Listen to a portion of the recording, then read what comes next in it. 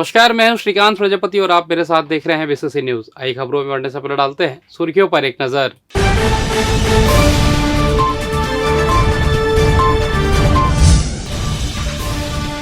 आचार संहिता हुई शिथिल, कामकाज में अब आएगी तेजी।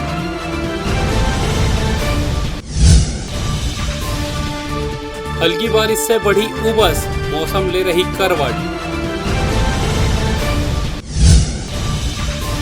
वट सावित्री पर सुहागिनों ने रखा उपवास, पति की दीर्घायु का मांगा वरदान। तो ये थी सुर्खी। अब खबरें विस्तार से। लोकसभा चुनाव के लिए लागू आदर्श आचार संहिता गुरुवार को शिथिल हो गई। इसके साथ ही चुनाव के चलते जितनी भी तरह की बंदिशें लगी हुई थी वह अब हट चुकी है और शासन प्रशासन का कामकाज पहले की तरह सामान्य हो चुका है। साथ ही अब नए कार्य की भी शुरुआत कर सकेंगे। इसके अलावा लोकसभा चुनाव 2024 के लिए भारत निर्वाचन आयोग ने 16 मार्च को चुनाव कार्यक्रम की घोषणा की थी और इसके साथ ही आदर्श आचार संहिता प्रभावशील हो गई थी। लोकसभा चुनाव पूरे देश में 7 चरणों में संपन्न हुआ। 1 जून को अंतिम चरण का चुनाव होने के बाद 4 जून को मतगणना संपन्न हुआ। अब आदर्श आचार संहिता गुरुवार से शिथिल हो गई है। बिजली बंद और मेंटेनेंस के दौरान लापरवाही परखने के मामले में नेहरू नगर के सहायक यंत्री कैलाश देवांगन को विभाग ने निलंबित कर दिया है। यह पहली बार हुआ है जब किसी सहायक यंत्री को कार्य में लापरवाही बरतने पर निलंबित किया गया है। पखवाड़े भर से शहर में बिजली की आंख में चोली चल रही है। विभाग द्वारा लाख कोशिशों के बाद भी बिजली व्यवस्था में सुधार नहीं हो पा रहा है। हाल ही में कलेक्टर ने इस संबंध में बैठक लेकर सभी बिजली कर्मचारियों व अधिकारियों को हिदायत दी थी कि मेंटेनेंस को लेकर उपभोक्ताओं की सहूलियत का ख्याल रखा जाए और अधिक देर तक बिजली बंद नहीं की जाए। लेकिन इसके बावजूद सिटी सर्किल में लगातार बिजली बंद हो रही थी, खासकर रिंग रोड 2 स्थित पल्लव भवन के एरिया में, जहां लगातार 36 घंटे बिजली बंद रही। उसके बाद फिर 18 घंटे भी वहां पर बिजली बंद रही, जिसे देखते हुए यह निलंबन की गाज एई देवांगन पर गिरी है। विश्व पर्यावरण दिवस के मौके पर दक्षिण पूर्व मध्य रेलवे एनएस बिल्डिंग परिसर बिलासपुर में वृक्षारोपण तथा पर्यावरण संरक्षण जागरूकता कार्यक्रम का आयोजन किया गया। भविष्य की पीढ़ियों के लिए पर्यावरण को संरक्षित और पोषित करने की हमारी प्रतिबद्धता का प्रतीक इस वृक्षारोपण अभियान का नेतृत्व महाप्रबंधक नीनू इटीरिया ने किया। इस अवसर पर महाप्रबंधक सहित अन्य अधिकारियों ने वृक्षारोपण किया। कार्यक्रम के दौरान अपने संबोधन में महाप्रबंधक नीनू इटीरिया ने पर्यावरण संरक्षण के लिए ठोस कदम उठाए जाने की तत्काल आवश्यकता पर जोर दिया और सभी से पर्यावरण संरक्षण के लिए ऊर्जा का संरक्षण, प्लास्टिक का कम उपयोग, अपशिष्ट को कम करने और सार्वजनिक परिवहन को बढ़ावा देने जैसे स्थायी आदतों को अपनाने का आग्रह किया। गुरु घासीदास विश्वविद्यालय के जूलॉजी विभाग एवं जूलॉजिकल सोसाइटी ऑफ इंडिया के संयुक्त तत्वाधान में 35वीं अखिल भारतीय जूलॉजी कांग्रेस एवं impact of climate change with special reference to challenges and approach in applied zoology, biodiversity, food and health security विषय पर 3 दिवसीय अंतर्राष्ट्रीय कॉन्फ्रेंस का आयोजन किया गया। इस मौके पर कुलपति प्रोफेसर आलोक कुमार चक्रवाल ने कहा कि हमें राष्ट्र और मानवता के लिए आगे आने की जरूरत है। हमें अकादमिक उद्दृष्टता तक ही सीमित न होकर सामाजिक सरोकार के लिए संयुक्त शोध पर विचार करना चाहिए। हमारे देश जैव विविधताओं से परिपूर्ण है, ऐसे में इसके संरक्षण के लिए हमें उचित कदम उठाने चाहिए। पुलिस अधीक्षक के द्वारा आयोजित चेतना कार्यक्रम अंतर्गत सड़क सुरक्षा विषय पर शहर के प्रमुख चौक चौराहों में यातायात की पाठशाला लगाई गई, जिसमें सभी लोगों को यातायात संबंधित नियमों को बताया गया। साथ ही लोगों को हेलमेट के प्रति जागरूक किया गया ताकि वहां से कभी गिर जाने पर या एक्सीडेंट हो जाने पर सिर में चोट ना आए, जिस व्यक्ति की जान जोखिम में चली ना जाए। इस कार्यक्रम में पुलिस ने कई एनजीओ को भी अपने साथ लेकर यातायात के नियमों को बारीकियों से लोगों तक पहुंचाया और अपील भी की कि सभी यातायात के नियमों का पालन करें। और फिलहाल है वक्त चला छोटे से ब्रेक का। मिलते हैं ब्रेक के बाद, कहीं जाइएगा नहीं। पिछले 17 वर्षों से रियल एस्टेट के क्षेत्र में दे रहे हैं अपनी सेवाएं और लगातार शहर की जनता को एक नई लिविंग लाइफस्टाइल। अपने कार्यों एवं सेवाओं के माध्यम से लाखों लोगों की उम्मीदों को दिया है आकार। इसलिए जिले में ही नहीं पूरे प्रदेश में इनकी पहचान है बरकरार। आपके सपनों के घर को हकीकत में बदल कर है दिखाना, इसलिए आपके लिए लेकर आए हैं भाटी आशियाना।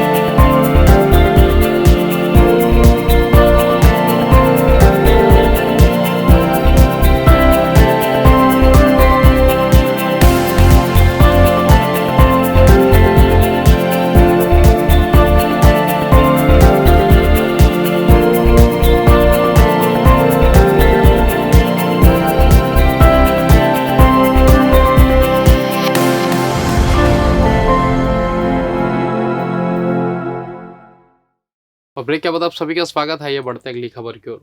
लोगों को दोपहर की गर्मी से राहत नहीं मिल रही है। प्रदेश के कई जिलों में शाम को मौसम बदलने के बाद पारा लुढ़का है, लेकिन सुबह से शाम तक धूप अब भी परेशान कर रही है। अगले 4-5 दिनों तक मौसम ऐसा ही बना रहेगा। हालांकि अगले 3 दिनों में दक्षिण छत्तीसगढ़ में मानसून के पहुंचने की संभावना है। मौसम विभाग के अनुसार अगले 5 दिनों तक तापमान में विशेष बदलाव की संभावना नहीं है। मानसून आने के बाद ही गर्मी से राहत मिलेगी। मानसून लगातार आगे बढ़ रहा है। बस्तर में प्री मानसून की बारिश शुरू हो गई है। अगले 3 दिनों में इसके दक्षिण छत्तीसगढ़ यानी बस्तर पहुंचने की संभावना है। मौसम विभाग के मुताबिक गुरुवार को बिलासपुर, रायपुर और दुर्ग बस्तर संभाग के जिलों में हल्की बूंदाबांदी के आसार हैं। मौसम विज्ञान के केंद्र के मुताबिक पेंड्रा, बिलासपुर, रायगढ़, मुंगेली, कोरबा, जांजगीर, रायपुर, बलौदा, सुकमा, नारायणपुर जिले में हल्की से मध्यम बारिश होगी।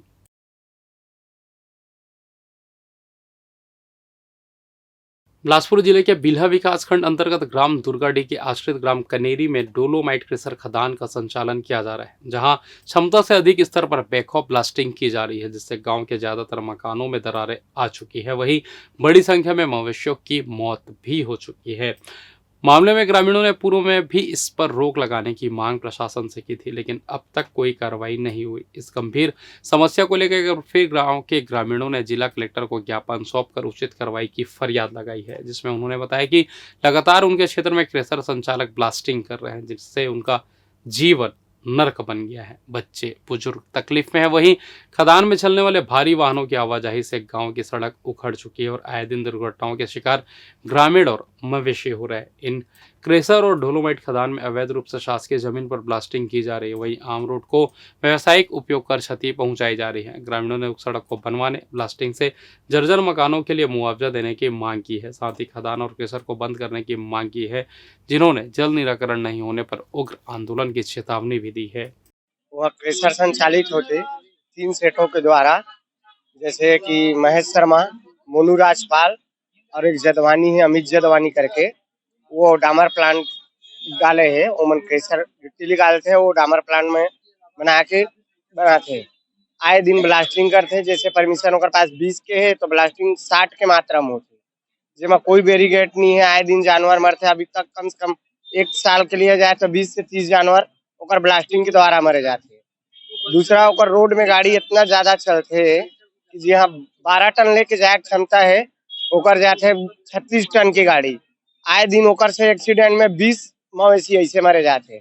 ओकर ब्लास्टिंग से कम 80% घर दुर्गडी और कनेरी के जर्जर हो गए, क्रैक हो गए। ये सब दिक्कत है। रोड पूरा खत्म हो चुके हैं। आए दिन एक्सीडेंट होते, रोड में कोई पानी नहीं रहा, धुंध हुआ। हम 2019 में एक बार ज्ञापन कलेक्टर और एसडीएम दोनों दे चुके हैं, जेमा कोई कार्रवाई नहीं हुए। अभी फिर वही चीज ला दोबारा हम अवगत कराए बर आए हैं और ए पर कार्रवाई नहीं हुई तो सीधा हम उग्र आंदोलन की तैयारी करबो। 8 दिन के अंदर अगर कार्रवाई नहीं हुई तो हम लोग उग्र आंदोलन करबो, जेमा तोड़ फोड़ कुछ भी हो ओकर जवाबदारी शासन प्रशासन रही। ओमा रोड दुर्गति हो गए है, पूरा हर घर हा पूरा टूट के बिखरा थे, जेमा कभी भी कोई भी इंसान के जान जा सकते। एकर जवाबदारी कौन ली कौन जवाबदारी ली एकर। गुरुवार को पूरे प्रदेश में शनि जयंती बड़े ही धूमधाम से मनाया गया। शास्त्रों के अनुसार ज्येष्ठ के महीने की अमावस्या के दिन शनिदेव का जन्म हुआ है। इस साल 6 जून को ज्येष्ठ मास की अमावस्या है, जिसे हर साल की तरह इस साल भी शनि मंदिरों में काफी रौनक देखने को मिला। कहीं शनिदेव को फूलों से सजाया गया तो कहीं भक्तों के लिए भोग भंडारे की व्यवस्था की गई। न्याय के देवता शनिदेव को प्रसन्न करने के लिए ये अमावस्या बहुत महत्वपूर्ण है। इस दिन शनिदेव की पूजा अर्चना करने का विशेष फल प्राप्त होता है। शनिदेव भक्तों के कष्ट दूर करते हैं और उन्हें सच्चाई और मेहनत के मार्ग पर चलने की प्रेरणा देते हैं। शायद यही वजह रही कि मंदिरों में सुबह से शाम तक भक्तों का तांता लगा रहा, जो सभी के लिए आकर्षण का केंद्र बना रहा। वहीं इस दौरान शनि जयंती के उपलक्ष्य में सभी शनि मंदिरों के पुजारियों द्वारा विशेष पूजा अर्चना की गई। इसी कड़ी में गुरुवार को राजकिशोर नगर स्थित शनिदेव मंदिर में भी पूजा अर्चना कर भोग भंडारे का आयोजन किया गया था, जिसमें श्रद्धालुओं ने अपनी सहभागिता सुनिश्चित की।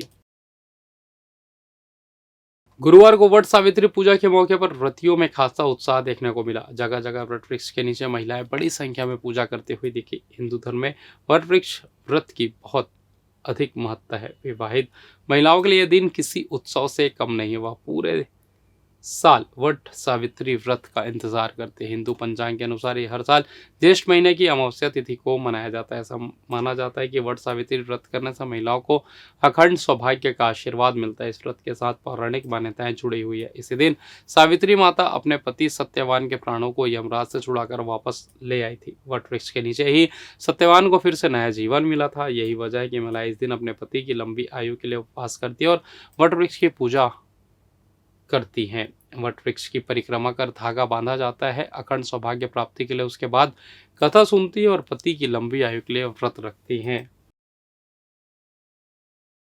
और फिलहाल इस बुलेटिन में बस इतना ही। मुझे दीजिए इजाजत, फिर होगी आपसे मुलाकात। तब तक देखते रहिए BCC न्यूज। नमस्कार।